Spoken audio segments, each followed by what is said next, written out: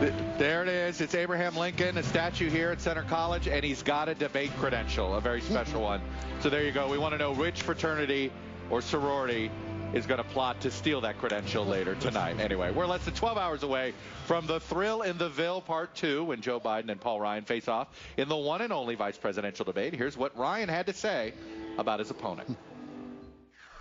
Joe Biden's been on this stage before. He's been on big stages. It's my first time. But what he can't run from is President Obama's indefensible record.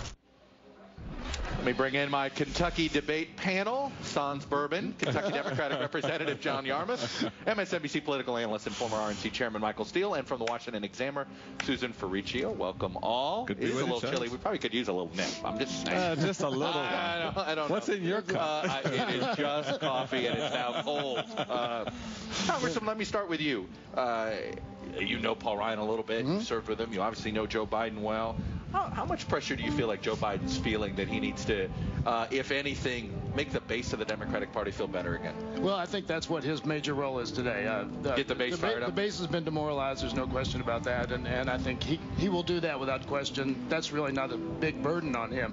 I think the real burden's on Congressman Ryan because he's taken positions that he now either has to repudiate, walk away from, or explain. And one of the things that I think is a great opportunity for the vice president tonight is that the more he highlights the Ryan budget and the devastating cuts it makes to programs that benefit hardworking middle-class Americans, that's going to help Democratic candidates across the country because every Republican incumbent voted for that budget. You know, Susan, it's interesting. I was asking Dan Senor about this. Look, you know the Ryan budget's going to come up, and I know there are differences between what the Romney budget is and the Ryan budget. Not major ones, but enough that there are some distinctions.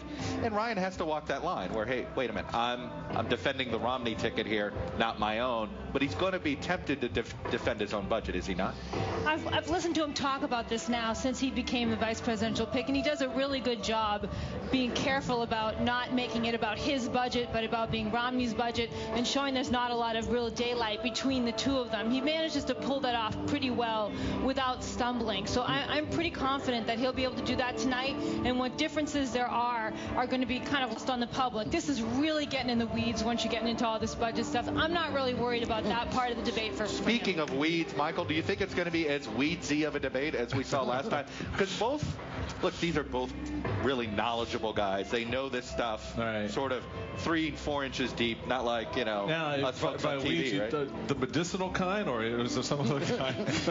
I think you make a very good point. This is the danger for both of them because they're wonky kind of guys.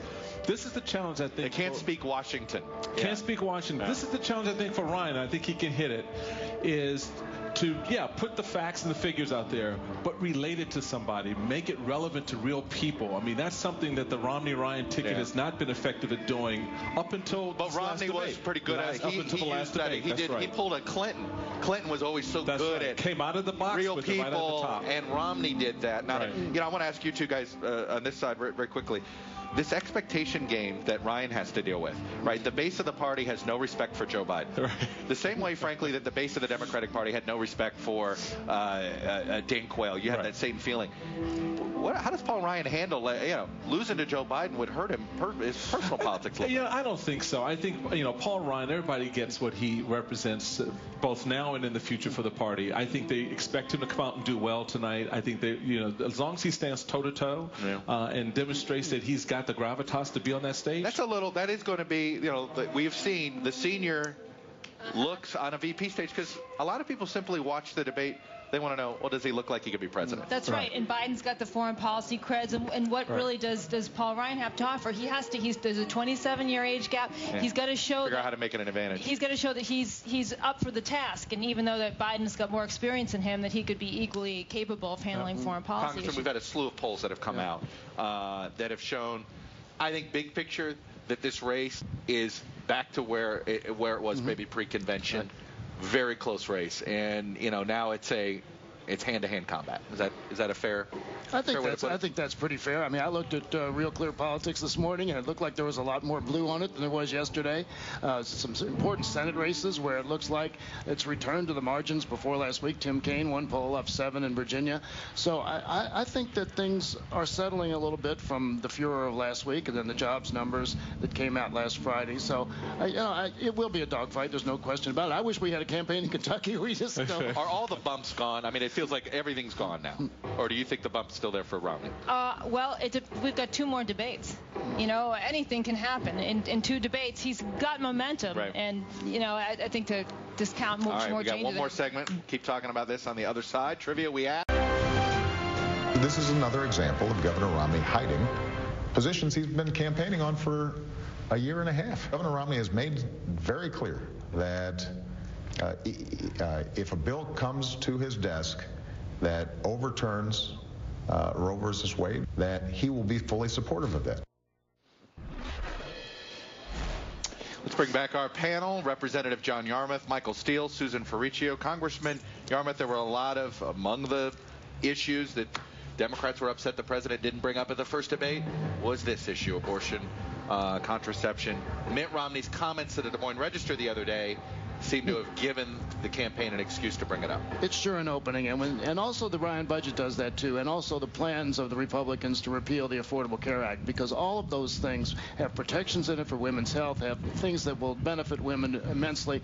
So when you package all of those issues, his flip-flopping on abortion rights, Governor Romney's, and these other policy questions, it really is an opening again to restore that gender gap that we have. Susan, what I found interesting about watching what Romney said to the editorial board, a little bit of the walk back, what Dan Senor said to me, they're tentative on how they handle abortion. Well, the Romney campaign. They've got to get their story straight, both he and Ryan. This is really the big opening for the Obama campaign. Don't forget, they have successfully taken away support from Romney and Ryan with their war on women whole mantra, and that's been really helpful for the Democrats. This fits right into that, and they can clearly, very easily trap the Republicans if they don't come up with a really good game plan. It was interesting, Michael, to watch. I mean, and the other thing, it seems Democrats are not sure. President says, no, he's not a flip-flopper. This is his stance. He's really conservative on the abortion issue. Right. There are other Democrats that say, no, hit him for being a flip-flopper. But either way, that's not good for Romney. Either way, that's not good. And this is the concern that a lot of folks have, that if you look back at the history of the summer and the spring, when they've stumbled and fallen, it's because of what Romney said in those moments. In an open moment, And so stay on the point. This is about the economy. It's not about abortion. Talk about it. All these he other added things. It was that addition of extra detail, that's right? About legislation. You're like draining your own momentum is not good politics. All right, shameless plug time. Congressman, your home state. As the founder of the Congressional Bourbon Caucus, come to Kentucky. The Bourbon Trail is a great tourist attraction. Then you go to Louisville and do the Urban Bourbon Trail. It is unbelievable. They did a big bourbon tour last night. Susan. The retired Sisters of the Immaculate Heart of Mary are having a nun fun run this weekend in Falls Church, 8 a.m.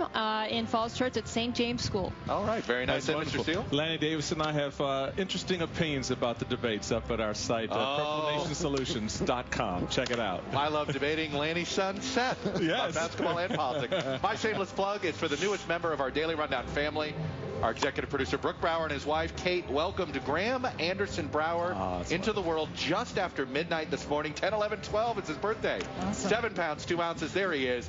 He's very excited to watch his first debate tonight. Congratulations to the whole Brower family. Trust me, they're going to be up all night long. That's it for this edition of the Daily Rundown. Tomorrow on the show, we will have all the post-debate analysis from right here in Danville, Kentucky.